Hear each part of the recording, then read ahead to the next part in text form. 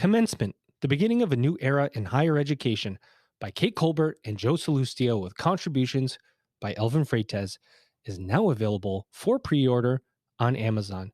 Get your Kindle edition or your softbound book. It's going to be amazing. If you're someone who's passionate about transforming education, which you are if you're listening to this podcast, you should check out the Charles Koch Foundation. The Charles Koch Foundation supports social entrepreneurs and organizations that are embracing innovation to build better solutions for today's learners. Visit ckf.org to learn more.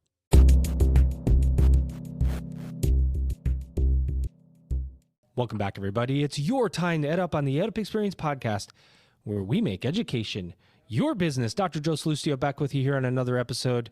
And I'm not going to do any pontificating or self-promotion on this episode because we've got a great guest co-host, and we have a little bit of time to get into some really big topics. So let me bring in my guest co-host first. Here he is, ladies and gentlemen. He is the head of business development, partnerships, and strategy in North America with Lead Squared. He's Douglas Carlson. Douglas, what's going on? Hey, thanks for having me on, and I appreciate being a part of your podcast here. Yeah, it's just kind of like a fire sale podcast, Douglas. We get you on the first one, and it's like, okay, you got to talk fast, get your questions in fast. We got a great guest. We got to hit him with everything we got. You ready? Let's do it. All right, here he is, ladies and gentlemen. He's Burck Smith. He's executive chairman at StraighterLine. Burck, what's happening? Not much. Glad to be here. I'm glad to have you here, man. So we, I'll tell the audience, honestly, I have a few unlucky guests of a few people that for whatever reason, I reschedule them to a day where then I have to reschedule them again and again and again, because of course I have a day job here at Lindenwood University. And Burck, you were one of those people. And I was like, I can't do this to him again. We're going to make it happen. So we're hoping that you got a lot to say. We're hoping that, which I know you do have a lot to say, but that you could say it fast and that we get in everything we can about StraighterLine. We can make that happen, can't we? Absolutely. All right, so let's level set for the audience, Burck. Let's just assume there's somebody that hasn't heard of StraighterLine before. What is StraighterLine? What do you do, and how do you do it? Sure. StraighterLine helps students lower the cost and risk of earning an undergraduate degree.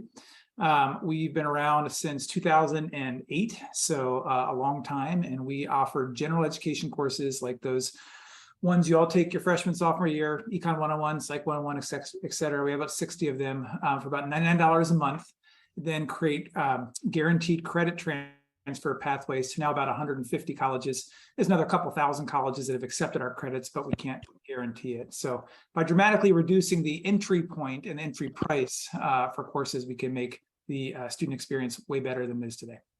Why wouldn't a college want to guarantee credit transfer?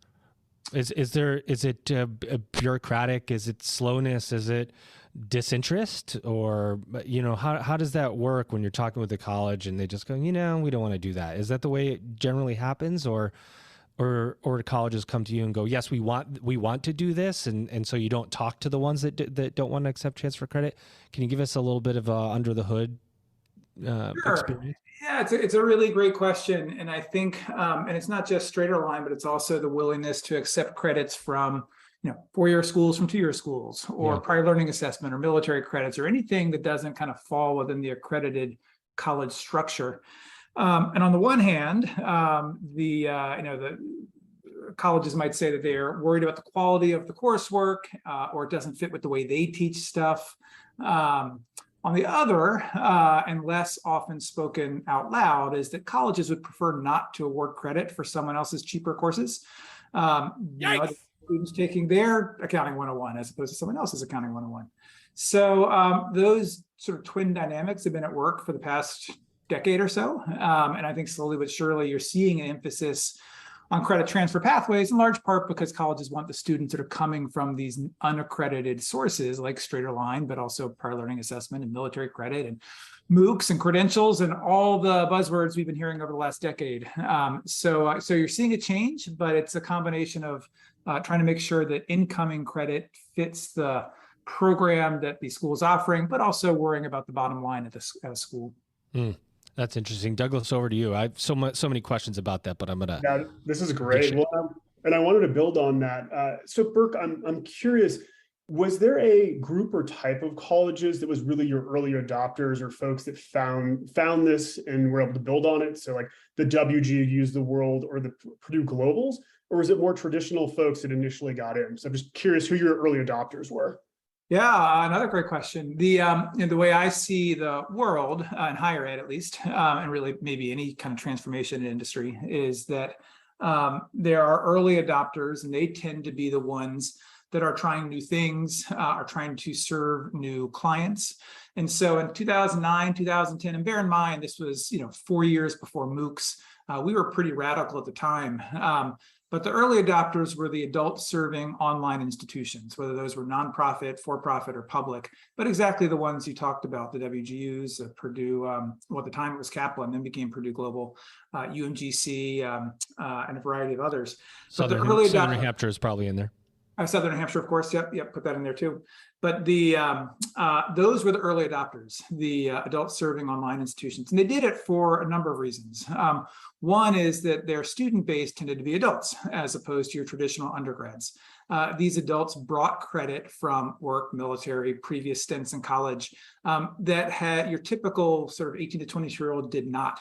And so if you wanted that student, you had to figure out ways to attract them by awarding credit from alternative sources that was less likely in the traditional space. Further, that was a national market because it's largely online as opposed to being geographically constrained. And so the competition among those schools was pretty fierce to then attract students. So all that, again, a decade ago or over a decade ago, was the early entry point for the adoption of a lot of these new credit pathways. And then over time it grows. And so you start with the early adopters and ultimately you get to the laggards. But the adult serving online and then private colleges, and so arguably kind of the four-year publics that don't have the kind of Ivy League brand or flagship brand. And now you're seeing sort of the adoption of this coursework or the willingness to work credit for this coursework flow into the rest of the higher ed market. It's taken a decade, but it is happening. Go ahead, Douglas. Keep going. You got another one? Absolutely. That's fabulous to know. And I also saw that you mentioned that it's not just colleges and universities. You also do serve corporations and companies that are really trying to help their own employee base. Can you speak a little bit to that? Maybe when you started transitioning over, or is that just baked into the business model or the concept from the start? Sort of baked in from the start. I think the way to look at disruption and change in industry is if you start with the premise that colleges would rather not award credit for someone else's cheaper courses. Well, how do you make it in their interest to do so? And then the first is you have students coming to new providers who then take lower priced coursework because it makes it a better experience for them, better value for them, need a place to go, and the place to go becomes the colleges that make it clear they accept those credits. And those are all on StraighterLine's website and the sort of guaranteed relationships that we've constructed. And so it's essentially a free marketing channel for those colleges that participate. But then second is another thing we're doing, I'll get to your question in just a second, but is some colleges have students that have problems. They can't enroll them right away. They can't schedule something. They have problems with summer classes. They need something to finish up their gen ed curriculum or to graduate or whatever it is. We found that lots of colleges were sending students to us. So we've created partnerships where we embrace that. Students come to StraighterLine, take some coursework, and go back to the college from which they came. In that second case, that improves yield and persistence for those colleges that send students.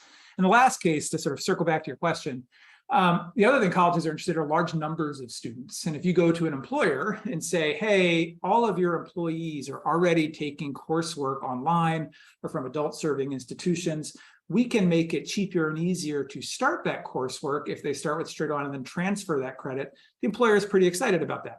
And then they can then send those students to the colleges with whom we have agreements. And so we're working with some other providers. EdAssist is a tuition reimbursement management company, one of the biggest in the country. We work closely with them to offer these sorts of programs.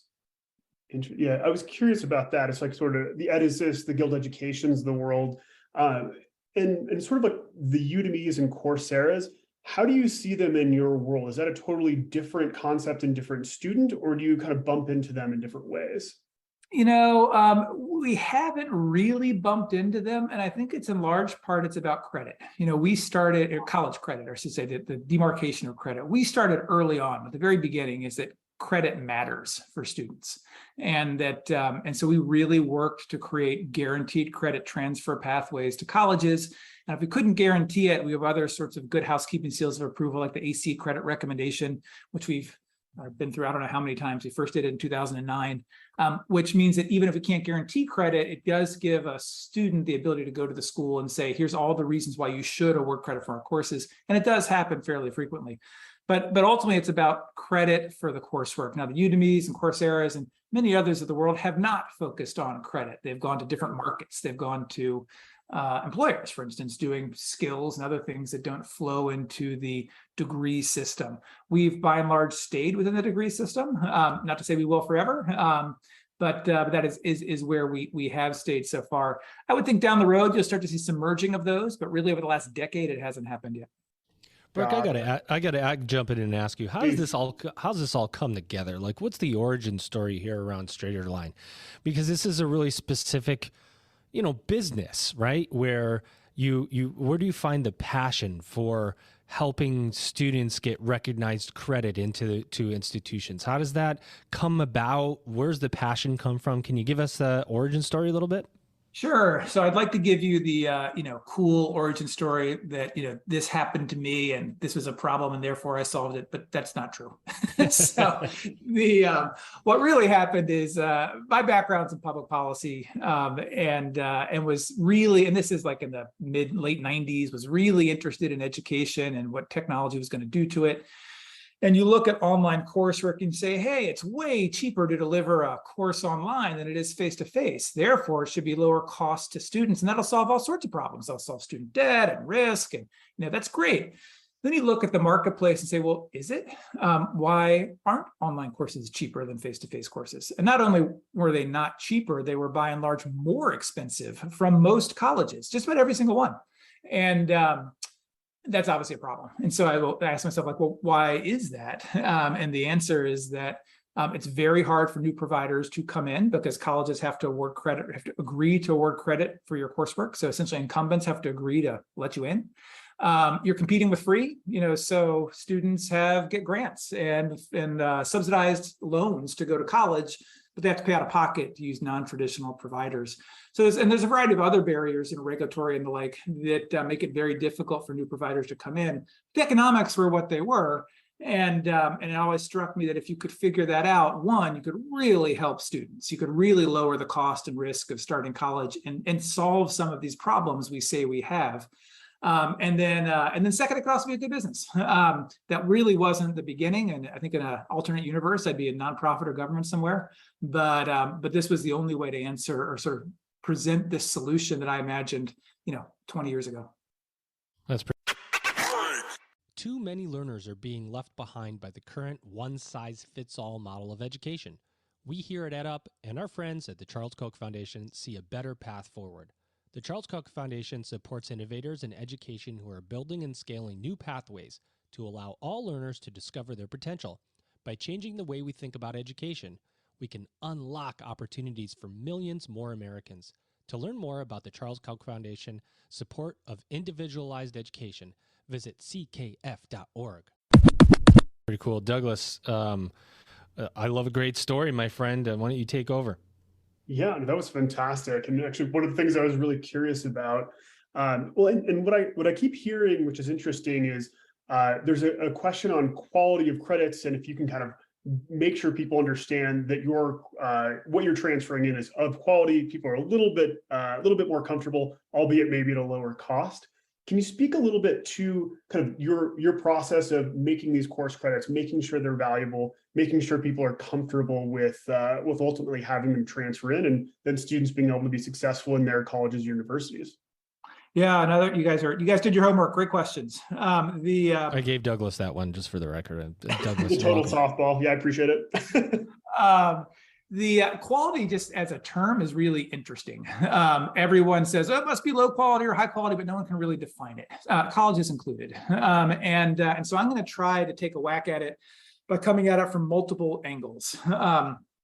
The first is inputs, like what is quality? How do you know? How does a college define quality? What do we have to sort of match up against? And so when we built the courses, we deliberately made them comparable to what a college does. So we use the same content providers and textbook providers that a college would. We embedded live 24/7 online tutoring services, which is frequently more than what a college has itself. We replicated the curricula for these gen ed courses because they're 90% the same across colleges. So there's sort of fairly strong agreement about what counts as a Psych 101 or an Econ 101 for college algebra course. We built advising services, which are available 24/7 through multiple channels, email, chat, whatever. Again, just like a college. We have psychometrically valid and reliable assessments that we built, which is actually more valid than what most colleges do to manage their assessments. And so we put all these pieces together. We now require online proctoring for exams, again, more than what some colleges do. So we sort of knowing that in some ways the bar for StraighterLine courses was going to be higher than what colleges held themselves to. We put all these pieces together into the courses to sort of have the inputs that looked exactly like what a college does. Then we had to have, we could say that, but we needed to get other people to agree with us. And so we've done many things. We can't be accredited because we're not offering degrees. So you must be offered degree programs to be an accredited institution. So we're not allowed to be accredited. So what we've done is found other essentially good housekeeping seals of approval, other sources third-party sources that can say, yeah, these are high quality courses. The most notable is the ACE Credit Recommendation Service. So that's the American Council on Education. That's the umbrella group of, all the biggest umbrella group of all the groups of colleges. And they have a service that reviews third-party coursework and says, is this eligible or comparable to college credit? So we've done that. We were one of the very early ones to do it as a third-party provider of courses. We've been through it probably 25 or 30 times at this point. And so we kind of had that third piece. And then lastly, really over time, we've been able to start to see some outcome data. And what we find is that students that take StraighterLine coursework and then transfer that to a college tend to persist at significantly greater rates than their peers. And so all those three together, we sort of we've had, in a sense, fight this battle every day of people saying, oh, you're not accredited, and you're low cost, therefore you must be of low quality, which, isn't true, but it's a battle we have to fight. So we put all those pieces together. We show great outcomes. We have great experiences. We have great support services at a price point that's, a tenth of what a college would typically offer. And that's how we get to where we are. I love that because but what you said there, a tenth, right? There are ways to achieve a college education and not put yourself in significant crushing debt, right? And we know debt is a problem, and we know the whole debt relief and loan forgiveness thing that happened and took place. But there is still the conversation around college is too expensive in general. What do you think, Burck? Is college still too expensive? Is the responsibility on us as institutions to think about different cost models, or where do you stand on that whole thing? And you don't have to get political with it, but what are your thoughts around college costs and loans and debt and all that? Yeah, that's a really complicated question. I told you I gave Douglas the better ones, and then I was like, I guess I'll ask him this one. Let me start with, we've asked college to be too much. I'll put it that way. I think there are some instances when it's expensive and I've got two kids in college. I've got 3 teenagers. That 18 to 22-year-old residential experience for 4 years is not cheap. And we shouldn't pretend that it is. However, if you're not on campus and you don't have all that fixed infrastructure, it is a lot cheaper. But what we've done is use the college model to provide, and the degree model to provide all sorts of different credentials and functions, and because that's where the federal money flows. And so we've sort of asked college to do too much. And I think what you're seeing is the market, slowly but surely, is carving out the pieces that don't require that sort of residential environment. And you're seeing it show up in more credentials being offered to employers. You're seeing it show up in new providers like StraighterLine being part of a lower cost degree pathway, but then also you mentioned the Udemy's and the Coursera's. So and you're also seeing it with students who don't need to be on campus, who aren't taking advantage of all that physical infrastructure, now have options like StraighterLine and others to lower their cost of a degree prior to enrollment. So that's at the forest level rather than the trees, but I think that's kind of the political problem in which we exist, is we're asking institutions to, or rather the degree to kind of deliver too much only because that's the vehicle for financial aid. Now, when it gets back to the specific questions of most recent debt relief, personally, I'm sympathetic to some level of debt cancellation. And actually what happened, I think, is pretty well targeted. And the reason I'm sympathetic is I do think that we as a society, the federal government has pushed students toward college as the answer for too long. And essentially the students are doing what they think is the right thing and end up with a lot of debt. Now, having said that, there's a big hole in what happened is it cancels debt, but does nothing to change the forward trajectory of college financing. And so we kind of did all the easy stuff and the things that make people feel good, but did nothing that then is harder and causes more pain around the higher education industry. And so, if it was up to me, clearly not, I'd pair the two, but they weren't. So that's right. There's the piece that says, we forgive loans today, but tomorrow there's somebody that took out too much and is going to be at risk of dropping out and not paying them back. So it doesn't solve the problem at the front end. It might solve it a little bit on the back end for a certain group of people for a certain amount of time.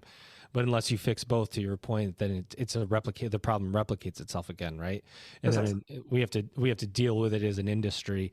A really complicated issue, lots of thoughts on it, where things lie. The one thing that I say out of that whole conversation that I think is okay is, students that had debt from a closed institution. It's like you feel like, okay, there's one that makes a lot of sense. If a student, had the doors shut on them, and it's like we should make good on it. But then there's so many opinions on the other. The person at the center is the student, right? And the question in the long run becomes, how do I get an education and do it in an affordable way? And StraighterLine is one of the answers to that question, don't you think? Absolutely. I mean, it's how we started. It's what we continue to do. We're enrolling, tens of thousands of students every year, and it's growing pretty dramatically, and has over a decade. So, it's and growing not just in the total number of students, but also in the acceptance of non-accredited delivery functions that can be transferred to credit. And, whether it's the reputability of the courses, the transferability of the courses, the number of students, all those go to kind of being an entry point for those students who aren't looking for that, 4-year residential experience. Amazing. Douglas, back over to you before I give Burck our final 2 questions. Yeah, that's great. Well, and I'm really curious, and hopefully I'm not stealing your questions here, but for StraighterLine, you've been around nearly 15 years at this point. And you've really been able to scale and grow and have pretty high impact, which is really impressive. What's next for you? What do the next 15 years look like? Do you have sort of more mountains to climb, or is it just continue to scale and deliver on the experience that you've built? Yes. Well, there's my question. I was looking for my button. Yes. The both is my non-snarky answer. We're doing what we're doing. We'll expand the coursework, we'll expand the schools with whom we're working, expand the pathways, continue. I mean, there's 18 million students, and we're enrolling, tens of thousands a year. So there's lots of room for growth in the core delivery. But we're also aware that, over time, these kind of non-college certifications and credits are merging with the degree function to create, call it an ecosystem of credits that will be stackable in weird and strange ways for a little while as the market shakes out. So we're certainly aware of that and are likely to participate in it too. So let's add on to that one and make this the last question. Burck, what do you see as the future of higher education? Well, it's kind of, it's the, we are struggling as a market, higher education, to deal with non-college credentials and how to fund them with public dollars, because it's clear that they are valid and will be more valid in solutions to lots of problems we say we have. But at the same time, if you reroute dollars that colleges otherwise would have received to new providers with new models, that causes a pretty bitter political battle. But it's also inevitable. So what does that look like? I don't have any answers. I just know it's going to be messy. I know it tends to, you see, you're seeing, one way to think about it is, ask the kind of core question is, how do you define credential validity? Who defines the value of a credential? And the degree is essentially defined by the government. The government has said, accreditors define a degree. This has value because we're going to put money behind it in the form of loans and grants. But a credential can also be defined by just use, by kind of a critical mass in a market. So you're seeing tech companies, the Googles and the Amazons and others of the world define certificates or that have value. And because they're big and they're in enough use, they start to have value on their own. And those are competitive ways to define value. So I imagine they will be integrated in some way, shape, and form over time. It'll be messy, but that's the point where we are in kind of the evolution of higher ed. Yeah, well said. The one thing that people understand is structure, and like it or not, higher education comes with a lot of it that you can understand, that you do this and this and you come out with that. And the non-credit space can be very confusing, right? And there are a lot of companies attempting to put some structure around it. Hopefully that will provide clear pathways for students that maybe don't want to go the traditional route. They want that skill stacking in it. And here's the way it makes sense to do it. But it is kind of like the Wild West in the non-credit space a little bit, because there isn't as much order around it. That's exactly right. I will note that actually we, StraighterLine, identified that as a problem when we started, 2008, 2009. Yeah. And that is why we create these guaranteed credit transfer pathways that are on our website, because the last thing we want is a student not getting the credit they think they're going to get. And so we have been very deliberate over the years to make it very clear, like, here are the colleges where you can get credit. Here's how it happens. Here are the places where you might get credit, but trying to untangle that confusion at the point of, the point of enrollment is really what we're trying to do. But to your point, we're only, we're a little fish in the sea of higher ed. So we can only do so much right now. Well, Douglas, what did you think of your first EdUp experience co-hosting opportunity here, my friend? You kind of just jumped in and grabbed hold of it. Well done. This was really fun. And, I was really excited. My first one with Burck here, who I've followed your company for a long time. So forgive me if I fanboyed you a little bit, but I was excited to be here. Well, thank you. Well done. All right, ladies and gentlemen, my guest co-host today is the head of business development, partnerships, and strategy for North America with Lead Squared. Douglas, thank you so much. And I know we're going to have you again on soon. Yep, you'll hear more of me. Thanks for having me on. And ladies and gentlemen, my amazing guest, he's Burck Smith. He's the executive chairman at StraighterLine. If you don't know what StraighterLine is at this point, you're not paying attention in higher ed. Burck, we hope you had a great EdUp experience today. Thank you very much. Ladies and gentlemen, you've just EdUp'd. The purpose of education is to help learners discover their aptitudes and interests, develop their skills, and then deploy that knowledge to benefit themselves and others. The Charles Koch Foundation, a nonprofit grant-making organization, works with leaders in education to remove barriers that stand in the way of all learners reaching their potential. They support individualized and flexible models that improve access and quality for millions of Americans. They also support apprenticeship and upskilling programs that connect learners to in-demand jobs that match their skills and interests. The foundation is looking for new partners to challenge the status quo and transform the post-secondary education system. Learn more about their partnership opportunities and apply for a grant at ckf.org. You can also find them on Twitter at @CKoch Foundation and LinkedIn by searching Charles Koch Foundation.